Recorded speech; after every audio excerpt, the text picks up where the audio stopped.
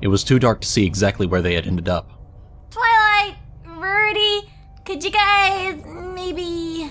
Twilight did nothing for a moment, then shook herself. Oh, of course. You really can't do magic anymore, can you? But it's not that bad, honestly. I've gotten used to... What is that? She rushed over to something that had caught her eye. As she got closer, they could see from the light of her horn that it was a store display. All around them, shelves, racks, and clothing everywhere. I'll admit I wasn't sure about you before, Lyra, but if this is the human world, I completely understand. Now, did you say that humans wear clothing every day? Of course. She looked around. It seemed to be a normal department store. Her eyes were beginning to adjust to the darkness, and everything seemed to be in order, other than the fact that it was empty. Any of this look familiar? You're supposed to be our guide, you know. There's stores like this all over the human world. We could be anywhere. There were some like this in Philadelphia, where I live. But they also had them in Des Moines. And everywhere in between, probably. That's great, but could we get out of the dark? I don't like it here. She shrank down, backing up slowly. She hit something. She looked up to see a headless human figure. She squeaked and flew close to the group. It's just a display. The layouts to these places are usually pretty similar. The exit should be this way. Twilight's horn lit up even brighter to allow a circle of light around the 7 of them. They moved slowly through the eerily silent store. You'll have to excuse me, Lyra, but you said there are shops like this everywhere in the human world? I suppose you would need plenty of clothing if you were to have an outfit for every single day, but this is simply magnificent! Let's hurry it up, y'all. I don't like how quiet it is. Discord could be anywhere. Pinkie Pie seemed to be the only one unfazed by their new surroundings. If anything, she was giving Lyra a suspicious glance. Her hands, her stature, but she seemed excited more than anything else. You already saw him? What did he do? Did he do the chocolate rain thing again? What about the cotton candy? Giant apples? Those weird bunny things? It was just like last time. He was just getting started. Oh, come on! You have to admit he was a little bit funny, right? It got a little bit easier to see once they got closer to the windows, but not by much. It was night outside. I didn't think I was gone for that long. She expected the front doors to be locked. Strangely enough, it opened easily. She held it open for the others. They stepped out of the dark building and into the open street. Looks like Discord's already done a number on this place. Towering structures surrounded them. Looking up at the one they had come out of, it was a glassy, reflective surface all the way up to the sky. Down the street were more buildings, boxy shapes with endless windows. A few billboards, advertising mobile phones, airlines, a few logos that Lyra recognized. A bike was locked onto a pole with the crossing sign. There were street names, but they were only numbers. No, it's always like this. You mean this is normal for you? There's no grass or trees. I don't like it here. It's just a city, like the one near where I live. Bigger, though. Lyra looked around at the surroundings. Other cities she had seen would pale in comparison to this. There was more of everything. Larger buildings, tons of cars, even if most of them weren't moving. Definitely more advertising. The only thing there wasn't much of were humans. At least not as many as Lyra would expect to see in a city of this size. They stared at her. Normally humans wouldn't give Lyra a second glance, but here it was like they didn't want to approach. One held up a phone, probably taking a picture. It could do with some redecorating. These buildings seem a little drab. Kinda reminds me of Manhattan. And what in the heck are those? Are they supposed to be moving like that? There's way too much to explain. First of all, we need to find out where we are. The princess said she would try to drop us somewhere close to Discord. At least it's not the middle of nowhere like last time. That's supposed to be there too? You said the human world wasn't exactly like what we've studied, but this isn't anything like what we've studied. None of this makes any sense. Please, Twilight, I really don't have time to explain everything. The first time I arrived in this world, there was a gradual transition into a city that wasn't this overwhelming. I can only imagine what an overload it must be to ponies who have never been here before. If you want, I guess I can find some books to take back with you. But for now, there's no time. But these are the same creatures you studied. I think that much, at least, is the same, isn't it? Are you sure none of them are going to eat us? Humans don't eat ponies, trust me. I've lived here for a while now. Actually, we eat a lot of the same things you do. enough talking! We came here to beat Discord again, so where is he? Lyra, you did say everything here is normal? I'll admit it doesn't look that way to me, but it doesn't seem like Discord's up to his usual tricks. Lyra looked up at the sky. It was dark, completely starless. The ground was dimly illuminated by scattered lights in the windows, but the street lamps were dark. She wondered what time it was. Her phone was in her pocket. Now that her fingers were back to normal, it was easy to turn it on. It said the connection was back. It also said it was just past 5 in the afternoon. It feels like that should be right. That's about how long I was in Equestria. But it shouldn't be this dark. As if in response, the sky immediately brightened. The sunrise only took a split second, and then the sky was clear and blue. It was blinding for a moment until their eyes adjusted. Lyra, just one more question. Who controls the sun in this world? Obviously it's not Princess Celestia, is it? It's supposed to just happen on its own. This isn't right. On its own? That's simply ridiculous.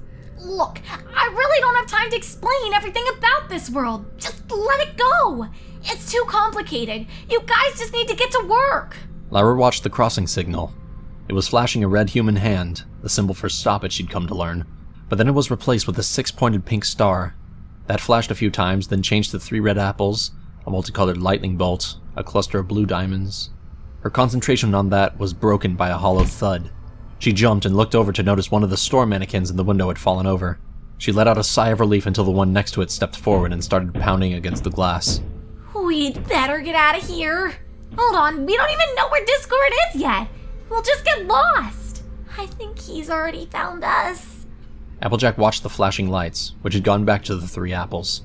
Now, I'm pretty sure it's not supposed to do that. Just stay here, Lyra. We'll go take care of Discord. We'll find you when we're done. She looked at the charm hanging around Lyra's neck. After all, you've got our only way to get back. Right. I should let my parents know I'm okay too. Lyra watched them gallop off into a hazy, colorful blur in the distance. The sky went dark again and it was impossible to see them after that. She shuddered and reached into her pocket for her phone. It's somewhat comforting to use it with normal fingers again. I really appreciate the slenderness and flexibility after using my cruddily formed hoof hands just hours ago. Here's the contact list. Only a few names listed, and the one I want is... home. Maybe it'll work. Discord can't know how to run the phone system, can he? Even I'm not sure exactly how it works. It's best not to wander too far, like Twilight said. I hope they don't get lost. I hope I don't get lost here. There's only a few stores around with familiar names, Walgreens or Office Max, but they aren't the same ones from Philadelphia. The same stores are all over the place in the human world. I could be anywhere. Maybe this is the capital of America. It's definitely big enough. She stared down at the phone in her hand, remembered its purpose, and dialed the number for home. It'll be over soon, right? It rang a few times. She knew the sound. If it kept going, it meant that the human on the other end didn't pick up the phone in time. She frowned when it rang again, almost worried that nobody would answer.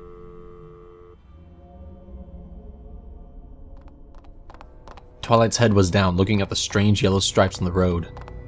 It's made out of some odd black stone. Are these stripes supposed to be there, or is that Discord? It's so difficult to tell. There was a blaring noise and a screeching to her left. One of those wheeled machines had just come to a stop as they went past. Watch where you're going! What do you reckon those things are? I don't know. There's no time to worry about that, though. Just stay close, everyone. He might try to separate us again. We can't let that happen. Twilight, do you know where we're going? Well, no. The road they were on kept leading them down farther, so she continued to follow it. There was a rumble coming from behind them, some glass shattering. Another machine was driving along the side of a building, a couple stories above their heads. It kept going until it was around the corner to the other side. I didn't know they could do that! It looks fun! Do you think it's supposed to be able to do that? I'm going to guess not. They barely paused to watch it as they crossed another intersection under those red and green flashing lights. It's almost like the hedge maze. Just an endless labyrinth of gray buildings. At least we aren't separated. Things are confusing enough as it is. But we are together, Discord hasn't had time to play games with our minds. He doesn't even expect us to show up. And the elements will work. Maybe. Hello? Mom, thank goodness, I'm back. Where are you? Your father. He said you were... Yeah, I'm human again. Everything's going to be alright. That's good to hear. Wait, you believe me? He said something about a spirit of chaos. Something like that. We're fine here now, but a few hours ago I'm not sure what was happening. It's not that difficult to believe you turned into a unicorn. And you left chocolate milk hoofprints on the stairs. Sorry. It's fine. Lyra, but where are you? You said you were back, but where? From Equestria. Look, I brought the elements of harmony with me. I think Discord is in this city. We'll have him taken care of in no time. The city? You're in New York? I don't know. There was a metal cart with a green umbrella next to her. The umbrella began to spin, lifting it up into the air, eventually rising over the tops of the buildings. Whoa! We just appeared in the middle of it all. I have no idea where we are. After things stopped happening here, there started to be stories that whatever it was had moved to New York City. It's been all over the news. Already? That seems fast. I guess that's how human news travels, though, isn't it? You really did grow up in a different world, didn't you? Lyra, just tell us where you are. We can probably be there in a couple of hours to bring you back home. No! Don't come here yet! It's dangerous! We'll have Discord taken care of in no time. Just keep your distance until then. I'll call you later. You're sure? Trust me. He already did this to Ponyville, but they stopped him then. They can stop him now. Just be careful, Lyra. I will. I'll talk to you soon. Bye. She ended the call, switched off her phone, and slid it back into her pocket. Now to wait for the others to put a stop to all this. Someone bumped into her from behind. She turned around and saw it was a young human male with a large camera around his neck. Excuse me. Hey, you see anything around here? Huh? A guy on 43rd Street said he saw a herd of unicorns going stampeding through. As in, right through traffic. You see anything like that? They weren't all unicorns. You saw them? Which way'd they go? Unicorns? That's not possible. Look around you, there's crazy stuff all over the damn place. A buddy of mine said he saw the Statue of Liberty switch arms. Like, she just got tired of holding up the torch after all those years, I mean, you've at least seen the thing with the sun, right? Oh, it'll all be over soon.